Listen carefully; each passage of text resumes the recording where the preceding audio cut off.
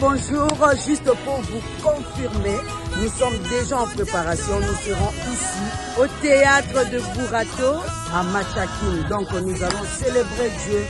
Je t'invite, faut pas rester à la maison, rester branché parce que vous aurez les informations qu'il faut.